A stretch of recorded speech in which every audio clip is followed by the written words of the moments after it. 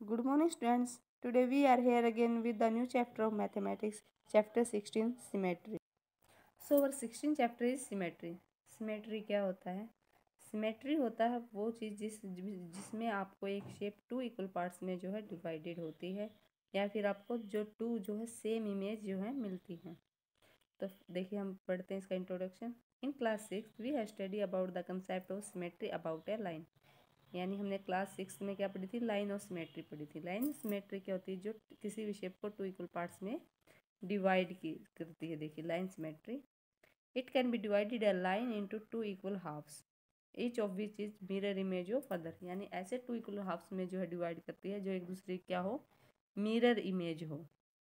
जैसे हम मिरर देखते हैं उसमें हमारी इमेज दिखाई देती है, सेम ऐसे ही है जो है लाइन ऑफ सिमेट्री, किसी भी शेप को टू इक्वल पार्ट्स में जो है वो डिवाइड करती है। देखिए आपको यहाँ पे कुछ जो है शेप दी गई हैं और उनकी लाइन ऑफ सिमेट्री दी गई है। तो हमारी जो लाइन ऑफ सिमेट्री होती है वो थ्री टाइप्स की होती है: हॉरिजॉन्टल, वर्टिकल एंड ओब्लिक। जो आपकी स्लीपिंग लाइन होती है वो होती है आपकी horizontal line of symmetry, standing line होती है आपकी वर्टिकल लाइन ऑफ सिमेट्री, और स्लैंटिंग होती है आपकी ओब्लिक लाइन ऑफ सिमेट्री। तो हर शेप में इन तीनों में से कोई ना कोई आपको लाइन ऑफ सिमेट्री मिलेगी। देखिए जो ये आपको मून की जो पिक्चर दी गई है, इसमें जो आपकी लाइन ऑफ सिमेट्री है वो कैसी है? कैसी शेप की है? ओब्लिक शेप की है। और साथ में कुछ ऐसी शेप भी होती है जिनमें कोई भी लाइन ऑफ सिमेट्री नहीं होती, जैसे पैरेललोग्राम है। इसमें ना हॉरिजॉन्टल लाइन ऑफ सिमेट्री होती है ना ही वर्टिकल। एन की भी, एन लेटर की भी कोई लाइन ऑफ सिमेट्री नहीं होती, हैंड की नहीं होती, कप की नहीं है। तो ऐसी ऐसी जो है बहुत सारी शेप है। जो हमारी लाइन ऑफ सिमेट्री होती है उसको ही हम एक्सिस ऑफ सिमेट्री भी बोलते हैं। देखिए एन एन जो लेटर है इसमें लाइन ऑफ सिमेट्री नहीं होती, बट इसकी जो है इमेज, मिरर इमेज होती है, और उसको हम क्या बोलते हैं? रिफ्लेक्शन। अब हम बात करते हैं डिफरेंट शेप्स में कौन सी लाइन ऑफ सिमेट्री होती है। तो कोई भी जब लाइन सेगमेंट होता है जैसे ए बी, तो लाइन सेगमेंट में टू लाइन्स ऑफ सिमेट्री होती है, एक होती है वर्टिकल और एक होती है हॉरिजॉन्टल। ऐसे ही आपको एक लाइन दी गई है, लाइन में क्या होती है आपकी?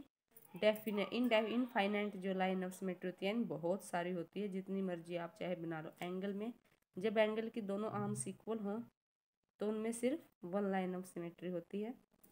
आइसोसेलेस ट्रायंगल में, आइसोसेलेस ट्रायंगल क्या होती है? जिसकी टू साइड्स इक्वल होती है, उसमें वन लाइन ऑफ सिमेट्री होती है, उसके एक वर्टेक्स से जो अपोजिट साइड पे परपेंडिकुलर पड़ता है वो वाला। और कौन सी साइड का वो वर्टेक्स होना चाहिए? जो इक्वल साइड्स हैं। रेक्टेंगल में आपकी टू लाइन ऑफ सिमेट्री होती है अपोजिट साइड्स को ज्वाइन करके। रोम्बस में आपकी टू लाइन ऑफ सिमेट्री होती है, कहाँ से? डायगोनल्स को ज्वाइन करके। इसी तरह से आपको आइसोसेलेस ट्रेपेजियम दिया गया है। आइसोसेलेस ट्रेपेजियम क्या होता है? ये इसकी टू साइड जो होती है वो पैरेलल होती है और दो साइड पैरेलल नहीं होती, तो इसमें सिर्फ वन लाइन ऑफ सिमेट्री होती है। सेमी सर्कल में भी आपकी वन लाइन ऑफ सिमेट्री होती है।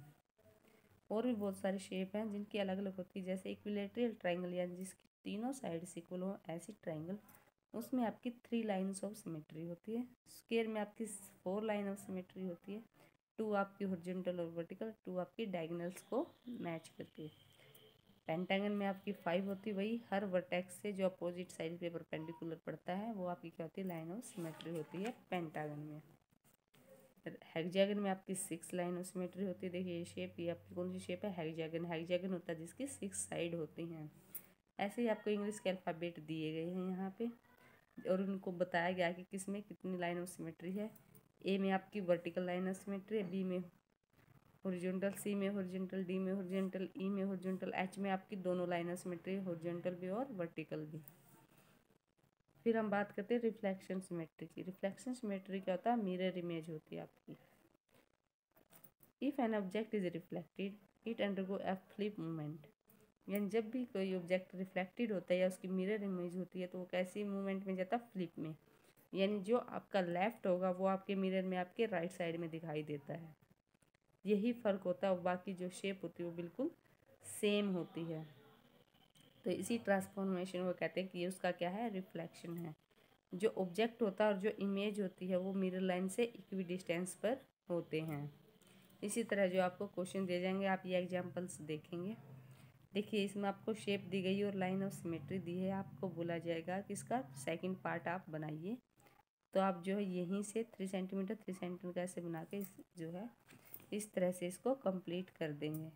तो इस तरह से आपको क्वेश्चन दिए जाएंगे, या फिर आपको एक शेप दी जाएगी और एक मिरर लाइन दी जाएगी और बोला जाएगा कि उसकी जो है रिफ्लेक्टेड इमेज आपको बनानी है। तो याद रखिएगा, जब भी आप रिफ्लेक्शन में बनाएंगे तो उसका एक फ्लिप बनाएंगे, यानी उसका जैसे ऐसे उल्टा बनाएंगे जैसे आपको मिरर में इमेज दिखाई देती है।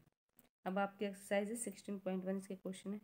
फर्स्ट में आपको जो बताना है कि सर्कल में, रेक्टेंगल में, रोम्बस में या पैरेललोग्राम में कितनी लाइंस ऑफ जो है सिमेट्री होती हैं। इसमें आपको लाइन ऑफ सिमेट्री ड्रॉ करनी है कि कहाँ से ड्रॉ होंगी और कितनी लाइन ऑफ सिमेट्री इनमें होंगी, या किस में लाइन ऑफ सिमेट्री नहीं होती। थर्ड क्वेश्चन में आप वही करेंगे, line of symmetry in different shapes की ड्रॉ करेंगे जितनी इनमें होती हैं।